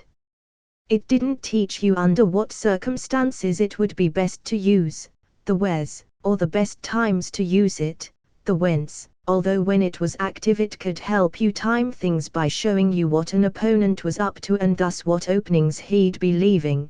That still wasn't you, that was the Sharingan, nor did it suggest now would be a great time to use X. That wasn't its job. The Sharingan copied things. It gave the ability to use them. It was experience that taught the rest, and most who had the special eyes didn't bother learning anything more than what their eyes taught them. Most did not even maintain a catalogue of their arsenal, not even bothering to recall their stolen techniques unless reminded, usually by someone else using them on them. It seemed that arrogance and laziness were an essential part of the design. However, Naruto had learned the what of several of Orochimaru's special techniques by using that, and included among those were the long neck thing and how to place a cursed seal on someone. A cursed seal that would make them loyal to Orochimaru, so that wasn't something he was ever intending to do, but still, by calming the must-learn more jutsu, urge accompanying the memory of that week, Naruto was able to sit down and think through the process of how he would go about placing a cursed seal without actually doing it. Basically, he let his reflexes ride with the thought on a practice dummy while his conscious mind stood back and watched. Then he did it again and then again, until he had some of the hows figured out. It didn't grant him the whys or anything like that, but by observing himself as he went through the technique he managed to pick up more than the simple shortcut carved into his mind by the Sharingan, an understanding on a level of, here is fist. Punch. Using techniques taught by the Sharingan was akin to punching a button on a remote control, as far as difficulty went. Point and click was about the comprehension of the inner workings of those techniques it granted, just like most couch potatoes had no understanding of the depth of complexity in the remote control in their hands, or the target it affected. And, if you could actually recall what each of those buttons did, he supposed that could be an advantage, as it could make nearly anyone into a ninja. But with all of the work being done by the Sharingan, it could also make nearly anyone into a lazy, selfish bastard. Or, at least, so he supposed. But that's what everyone he knew who had the Uchiha's special eyes were. Still, by now, having mastered so many tricks on his own, it was maddening to the boy to have no comprehension at all of the details behind most of his new moves. He could learn a lot by doing them when he had clones to observe, and if he paid close attention to his own body he could learn still more. Still, that wasn't half the level of detail you'd find on any decent scroll. And Naruto was going to all of this trouble because knowing how to implant the thing did not, in any way, shape or form, grant him the ability to remove it. The Uchiha could be his test subject, but what he really wanted to do was learn how to remove it for Anko's sake, not his. He liked Anko, and she didn't like her cursed seal. Sadly, neither of those were true about Sasuke. Tenten was not the sort of girl who typically sat on top of the Hokage monument looking out over Konoha and thinking. It usually wasn't her style. She hadn't had a bad life, and while she'd never had much of a family, there had always been a close circle of friends, although since graduating her duties as a ninja had largely overshadowed them. That had been all right, as her team had largely replaced them, or the time she wasn't spending with her normal friends anymore, at any rate, and she even got a substitute parent out of that bargain. Although, something took the fun out of that. She was a teenage girl, and so in some ways expected to rebel against her parents. But Guy made it so easy. All you had to do was not be dressed in a freakish way, not dedicate your life to muscle development, or shout about the power of youth, and you had a semi-comfortable distance from your parental figure. Neji had seemed so normal, too. The girl huffed a sigh. That romance had gone south, never truly taken off, if she was going to be honest with herself. The Hyuga prodigy may be powerful, but he had less personality than Naruto's little finger. And speaking of Naruto, how could anyone get themselves in this kind of mess? Oh, okay, she knew about the Kyuubi thing. He'd even shown her the vixen's cage, and the barn-sized animal sleeping inside. Well, not even Naruto knew how this time loop thing had started happening, so that was pointless conjecture to pursue it. So Tenten, being an ever-practical girl, counted up her pluses and minuses. And, as she stepped back to look at it, she had a great deal of the former and only a few of the latter. On the plus side, Naruto was an insanely great kisser. And she honestly liked him a lot. He'd been very kind to her. Minuses. Having to share him with other girls. She was still a bit weirded out over how easily he'd talked her into accepting that. On the plus side, he gave a great massage, and minuses. There was having Hana treat her as a subordinate little sister. Pluses. Clothes. That one word said it all. She'd never been able to afford much, living on an orphan's allowance and having to carefully watch her budget. It was all too easy to splurge and end up eating at a friend's house as an unwelcome guest for a couple of weeks, having blown her grocery money on frills and lovelies. Now, she had a closet that could make a few rich girls of her admittedly limited acquaintance blush with envy. It was fabulous. She'd always managed to look good before, but now. She shook her head, as it was entirely too possible to get all caught up on the aspects of her new wardrobe she admired, and that was only a facet of all of the things she had to consider. Although a very pleasant facet, but still. A very pleasant facet indeed, actually. And that, put together with those massages, and those kisses. It was unreal. Shaking herself back out of those thoughts again, the young girl turned again to consider her situation. Naruto was actually a nice guy, something all too scarce in ninja, and he had all the wealth he wanted in the form of the Uchiha estate and those skills of his, all of which he'd proclaimed his willingness to teach them. Tenten was interested in those weaponsmithing abilities of his, if nothing else, as those just meshed so easily into her already present style. Of course, Naruto wasn't apt to leave them in their comfortable little cubby holes. No, he had her pegged for learning Hinata's clan martial arts, plus the basic academy style to a much greater degree. He wanted to punch all of their chakra control ratings up through the roof, grant them training for gaining elemental affinities, teach them ninjutsu, and she didn't know what all else. Although, add it all up together and all he'd really wanted to do was make them better kunoichi. Tenten wanted to be a better kunoichi than she was. Her goal had always been to emulate Tsunade, the legendary slug Sannin, and Naruto was already talking about cross-training as medic ninja. Okay. She had to admit, there were limits to how good you could get throwing things at enemy ninja, and she'd pretty much hit that barrier already. Not having a clan or anyone to teach her techniques, her progress had more or less stalled. Naruto had not only blown off all past limits to her progress, he was eager, of all things, to see them do well. That earned points in her book.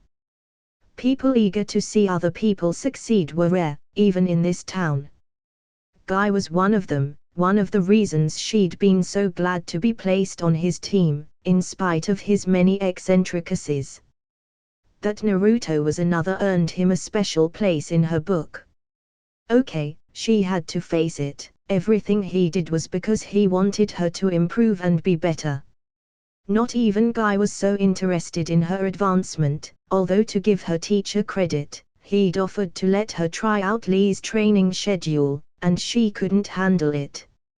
Naruto had already taught her shadow clones and explosive tags, more than tripling her ninja arsenal. And if she let him continue, she'd be well on her way to being much closer to a legendary kunoichi like Tsunade.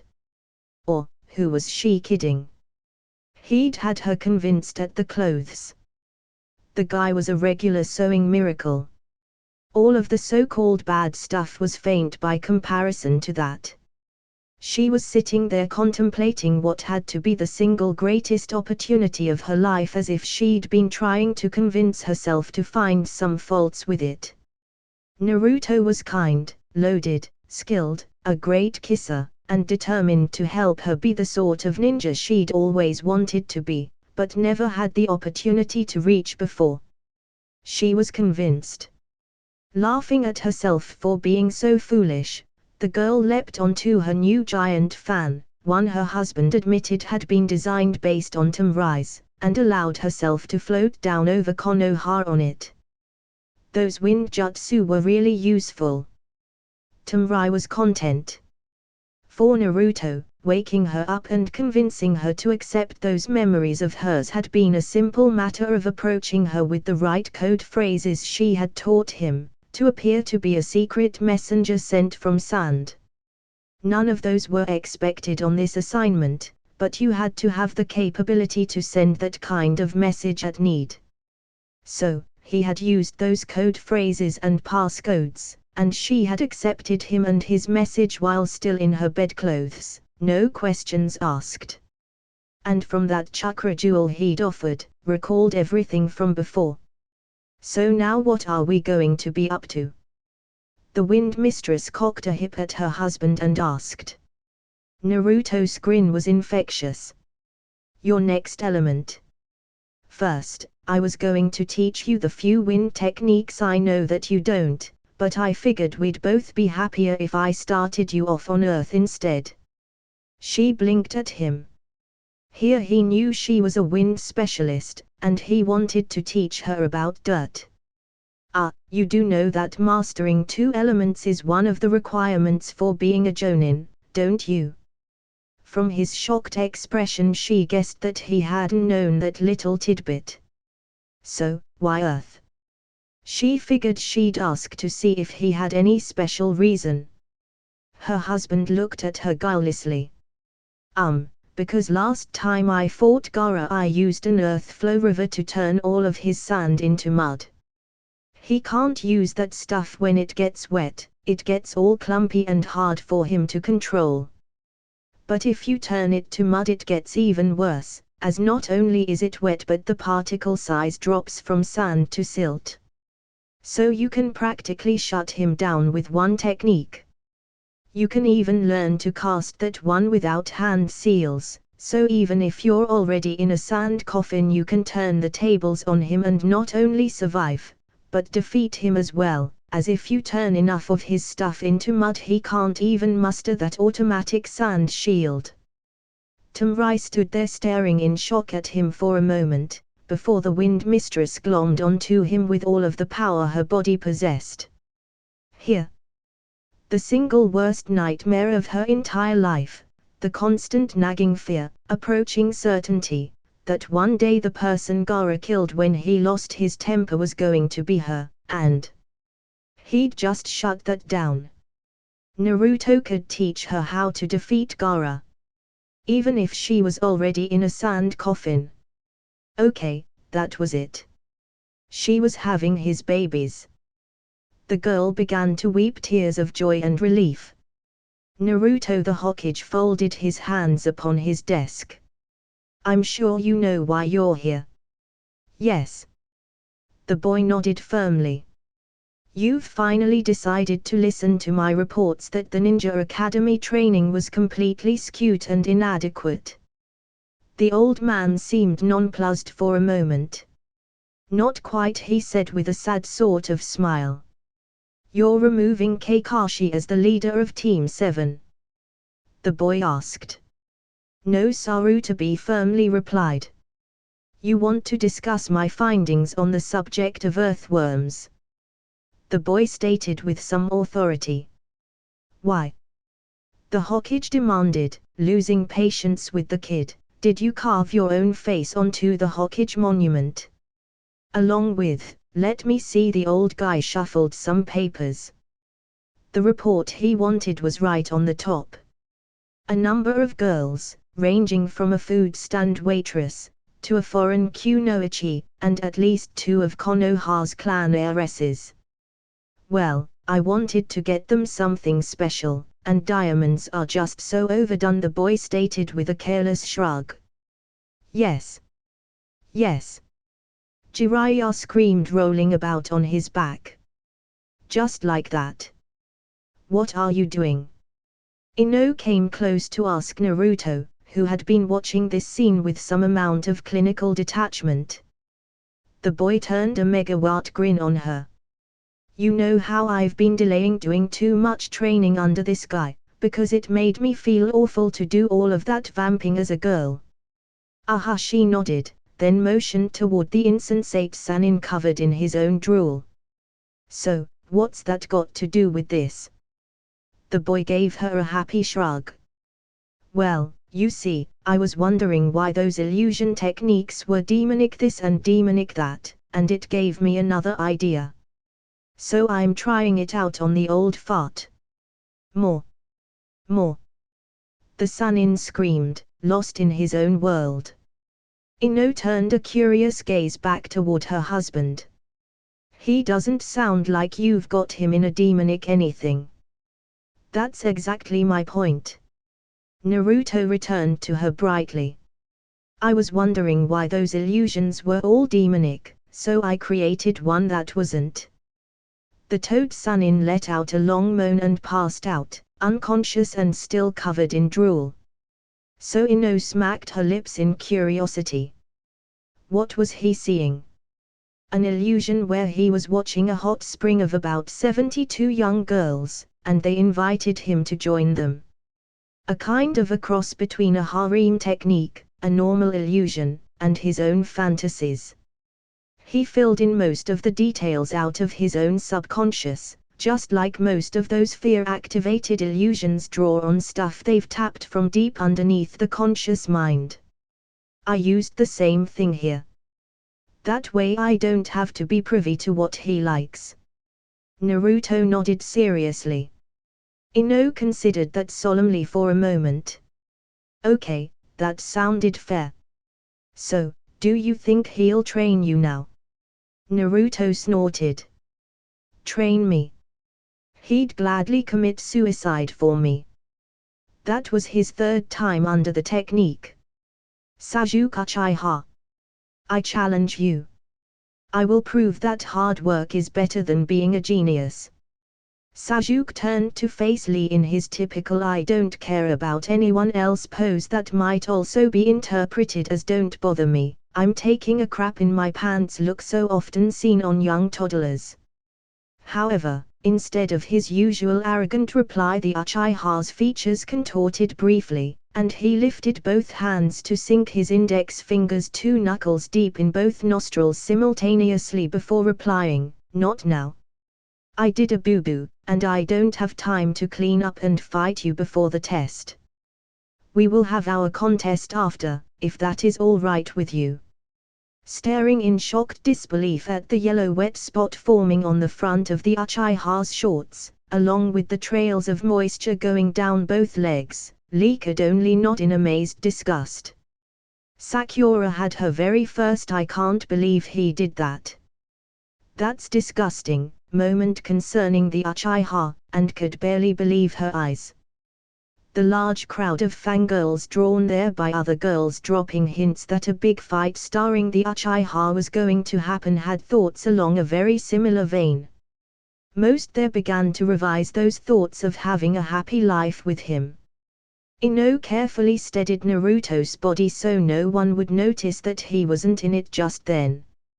Kakashi, or someone who looked exactly like him, arrived to usher everyone off to the test without any further delays. So when the Uchiha came back to himself, he was already inside the center with people shoving disgusted and disapproving looks his way, and no way to escape those without failing. He turned to leave anyway, but a voice he couldn't identify sounded in his ear. "In your shorts are 3 explosive notes, primed to detonate the moment you leave this chamber." He thrust a hand down quick and found one of them. Then he noticed the looks of all of the class on him and desisted his search for the rest until he could sit down and try to conceal those motions. Ino, in on the joke but acting out her part beautifully, sidled up to Sakura just as the Uchiha realized he'd shoved a hand inside of his pants with the whole room watching, and she said, "You know what? I don't want to be your rival anymore. You can have him." "Yeah, you can count me out too." Tenten openly agreed with her. "I mean, there's bloodline status, but there's also potty training." Sakura was mortified. "No. I do not want to play with your little brown friend." Naruto shouted aloud to the whole audience, after Sasuke had seemingly whispered a request to him. "What kind of sick bastard are you, man?" Then he laid out the Uchiha with one strong punch, a right hook, as it were, and shouted down at the unconscious body, "Don't ever ask me that again. Don't you remember? I told you, that's what you've got Sakura for." All eyes turned to the pink-haired Kunoichi, who shrank in on herself in mortal fear of their reactions, and almost ready to cry that she'd wasted so much time on the Uchiha, or that he and Naruto both thought so poorly of her. Of course, Sasuke had asked nothing of the kind. But that wasn't what was important. What got everyone's attention was the reply Naruto had shouted, and that's what they'd recall of that conversation. "All right, settle down." Ibuki entered the examination room. Moments later, the head of torture and interrogation found he was looking up at the next in the line of genin out to receive the tokens assigning them to their random seats, and found he was staring at the Uchiha, held up between 2 orange-clad shadow clones with clothespins over their noses. The prestigious bloodline carrier was unconscious and had evidently soiled himself quite badly. "Never mind," one of the clones shouted loudly. "Such is the power of the Sharingan that even out cold and covered in his own bodily wastes, Sasuke cannot fail this Chunin test." They had retrieved the Uchiha's token and taken him to his seat before the Jonin's stunned mental process restarted themselves, and by then it would be a trifle late to object, seeing as how the clones had deposited the heir to Konoha's most prestigious clan in his chair, head down on his desk, and struck themselves, vanishing in poofs of smoke. Objecting now would require moving the soiled child, and that would mean touching him and, just, no. Not gonna happen. They had orderlies to look after that part of the torture and interrogation process, and he wasn't going to go back to those bad old days when he had that part of the job himself. Not over something so trivial. And, ironically, as Ibuki reflected to himself, the boast made by those clones was right. The way Ibuki had this exam set up, the Uchiha could afford to sleep right through it and would still pass because of the 10th question. He'd have to rethink that part of this exam. When the Uchiha woke up 20 minutes later and began to make carefully hidden motions, the head examiner had had enough, and Ibuki called out loudly, Sajuk Uchiha, while it is not strictly cheating, 2 points off for wanking during class. Now get your hands out of your shorts and do the test. A moment later, he added, oh, and I don't want that pencil back when you're finished with it. A further moment of thought provoked another addendum. You can expect me to send you the cleaning bill for the chair and the floor, as well. So many people, including the proctors, were sniggering over this exchange that the stress levels never got so high, and they had record numbers pass. Why did you do that, Sajuk? A random fangirl desperately demanded as they concluded the test successfully, asking for him to say something, anything, to set her doubts to rest. Although what that could be, it would have to be a doozy. The Uchiha's features underwent a brief contortion, before Sajuk replied, my parents told me that an Uchiha has to play with his poo in order to activate the highest levels of our bloodline. Unfortunately for the reputation of the Uchiha clan in general, he'd said this in a very loud voice in what was still a very crowded room. And, as Sajuk regained control of himself, it wasn't as if he could actually deny that statement. As to retract it, he'd have to give some version of the truth, and saying you had to kill your best friend wouldn't be any better received than that previous statement was. Hey dork! Tamrai called out from across the room, secretly hiding her glee over what her husband had arranged to happen. They're called clan secrets for a reason.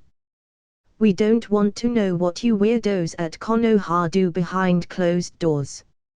Suddenly all of the other genins from Konoha realized that to support the Uchiha in this case meant they would be joining the image now being formed by the other villages that they were all closet deviants, and did their best to start protesting that image, distancing themselves from the Uchiha at once. All but the most devoted fangirls began to dump Sajuk like rats out of a sinking ship, and most of those took care to tell Sakura that she'd won, when all the girl wanted to do at that point was to deny her relationship to him herself. But, instead, she got left holding the bag. Someone had to bear the next generation of Uchihas. And it looked like she'd been elected by the female population of her village. The girl wanted to cry when the third former rival in a row gave her a good luck with the potty training as she bowed out of the fight to leave it all to Sakura. Yeah, good thing for you you're already acquainted with his habits, the last of the fangirls told her before leaving her alone with the responsibility. Sakura broke down crying on the spot. Lee was almost apologetic when a newly washed Sajuk stormed up to him after the written test. Off in the background, Sakura was crying, inconsolable. She'd only wanted him because everyone else did. She'd wanted to prove she was better than all those girls who'd teased her by getting the guy they all wanted. It wasn't fair to leave her to him when they didn't want him anymore. For Lee, any fight against the Uchiha would be pointless. The bloodline heir had already proved, beyond any doubt, that hard work was superior to being an Uchiha. No one in Konoha could doubt that now. Fighting him would be pointless. So, when Sajuk challenged him, Lee sadly shook his head and declined. No need to degrade the Uchiha further. He was already defeated. Bruises would only add to that, reinforcing the fall of a formerly great clan. Although how anybody had respected them when they had such habits? Sajuk was left, fists shaking in despair and rage, as Lee simply turned his back and departed, leaving him without a target to vent his emotions on. And his share in Gan was no help to him in getting out of this situation. Sajuk was not good at talking his way out of anything, as the last Uchiha, he'd never needed to. All of the respect granted to him and his clan had washed away most minor stuff like a cleansing wave. For the longest time, he could do no wrong at all in the eyes of the village. Now he was a public embarrassment. Other villages were whispering about Konoha and the strange sort of deviants they had there, and it was all due to that same last Uchiha. A clan that had once brought them major respect and envy was now just as major a disgrace. They couldn't even point to any huge success to offset the embarrassment he'd brought them. Not even his strongest supporters could point out any major accomplishments to date by their Uchiha. He'd gone on only one C-rank mission, and even by the highly flattering report of his instructor, he hadn't done very much. Thinking that was an oversight, they sought out Kakashi and pressed him for details, and what those eager supporters of the Uchiha discovered was that the copycat ninja had grossly inflated all of the parts during which he'd praised Sasuke during his reports. Sasuke had nearly committed suicide out of terror during his first fight of more than 2 seconds in length. He'd thrown one shuriken during that entire battle as his sole contribution, and that was at the instigation of one of his teammates. Then he'd gotten beaten up on the bridge by a person who wasn't even a real ninja, just trained as a servant by a missing one. There was nothing to be proud of in that lackluster performance. As his supporters failed to find evidence for their belief in his greatness, their numbers began to dwindle, and those who remained grew less vocal as the rest of the town soured on Sasuke Uchiha. It was not a change that Sasuke was prepared for. Nor was Sasuke equipped to deal with it. His silent reject everyone as beneath me routine was not well suited to winning over their affections once those had already been lost. Simply put, as the Uchiha, he'd never needed to talk his way out of trouble or convince people of anything, so he plainly lacked those skills now, and it was a lack that cost him dearly. It was not until that moment that he had any inkling at all how pathetic were his people's skills. But, you never try to win friends and influence people, and you discover when you need to that you simply aren't good at it. The Uchiha found that he had no ability at all to change their opinions once they began to decide that he was not worth their veneration. Into this gap, Naruto stepped, getting Kunai to approach the Hokage, with him there waiting as a stack of paperwork, following along that line that got Kakashi fired as Team 7's instructor, and the boy's secret parentage revealed. Ino had actually suggested that, as the way she explained it, nature abhorred a vacuum, and so with the loss of someone to respect, the townsfolk would fill someone to fill that slot. It might as well be the revealed son of the fourth Hokage as anyone. With the loss of their preconceptions that the Uchiha were all priceless treasures to be cherished, and that Sasuke was some jewel of rare and infinite price to be nurtured and protected, the people of Konoha were well prepared to have another of their long-held notions reversed. In an odd kind of symmetry, the town simply gave each one the label they'd once attached to the other.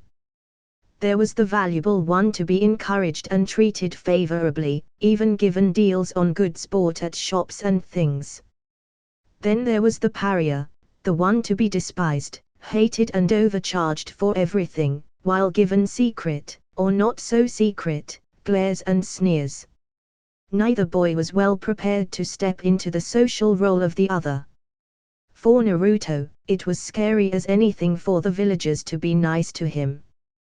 But for the Uchiha, it was an entirely different world to live in, where he could not just demand his way and get it. Fortunately for Naruto, his girls would not permit him to avoid all of the villagers this time, insisting that he get used to it, as this was the way they would rather be treated, and as his wives, how he got treated had a big effect on how everyone treated them, as well.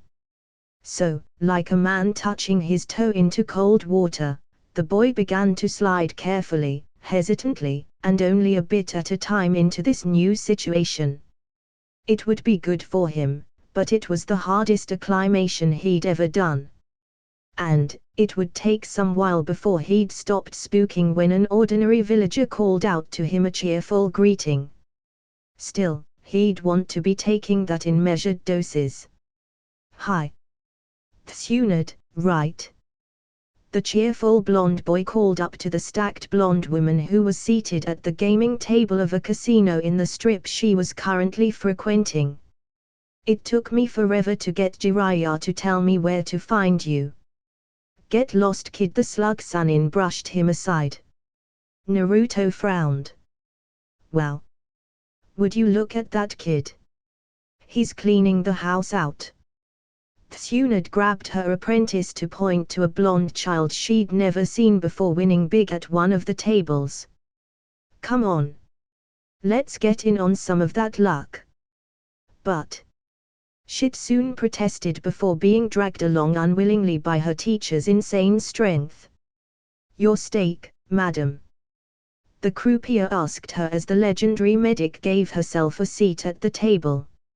Realizing the size of the wagers being laid on that green felt surface, the granddaughter of the first Hokage was about to bow out, but the boy stopped her with a simple statement. She is welcome. The child looked up to her and met her eyes with a knowing grin. You see, I am here trying to earn money for a transplant operation. A couple in my clan are getting married, and there is a bloodline that will have to be shed. You may write out a certificate worth the price of such an operation, if you will agree ahead of time to perform it if you fail to secure your note before the end of tonight's gambling. Adopting her best cunning grin, the legendary medic told him, you're on. Before making out such a paper, and cashing it in for chips. The trouble with that, as she found, was that the blonde kid never lost. After getting cleaned out of her first stake, the child again gave her a smile. Oh, don't get up yet. Let us make another wager, just between us. I'll give you 1 month. If, during that time, you can manage to teach me to perform that bloodline transfer operation myself, for I am something of a medic ninja already, you see, then you get all of the winnings I collected tonight, including your redeemed certificate so you don't have to do the operation yourself. And if you're too much of a lump to learn it? She inquired sourly, already suspecting some trap. The boy suddenly looked at a loss, before shrugging helplessly and spreading his hands wide. I've never failed to learn anything anyone has taught me. Then why the wager? Shitsune butted in, relieved to be seeing some possibility for money in her and her teacher's future. To convince her to try hard, the boy admitted honestly. If she won, if she failed to teach me, then she wouldn't try very hard to do so, would she? Both Tsunade and Shitsune looked at each other, thoughts of no obvious on their faces. So, what happens if she loses? Shitsune rebutted a final time, wanting to clarify so they could avoid anything too bad. Naruto thought about it for a second, before he shrugged, stretching his fingers and boldly declaring, then I stop giving you 2 massages. Shitsune covered her head with her pillow to shut out the noise. Honestly, did her teacher have to shout out marriage proposals so loud? Of course, the next morning, she had to admit that she'd never seen her teacher try so hard at anything as she did at trying to teach that little blonde kid the bloodline transfer technique. That secretly made her curious about those massages herself. Tsunade rolled over and got out of bed. Maybe if she were drunk she wouldn't be kept up by her apprentice shrieking out marriage proposals at the top of her lungs. It wouldn't be so bad if only she had to wait her own turn. The legendary slug Chunin then nearly fell to her knees and thanked God for listening to her when the blonde kid's clone appeared at her door with a bottle of massage oil in his hands and a towel over one arm. That's it for this video, guys. Thanks for watching and remember to like, share and subscribe the channel if you like the video. Also tell me your recommendations in the comment section down below. See you next time.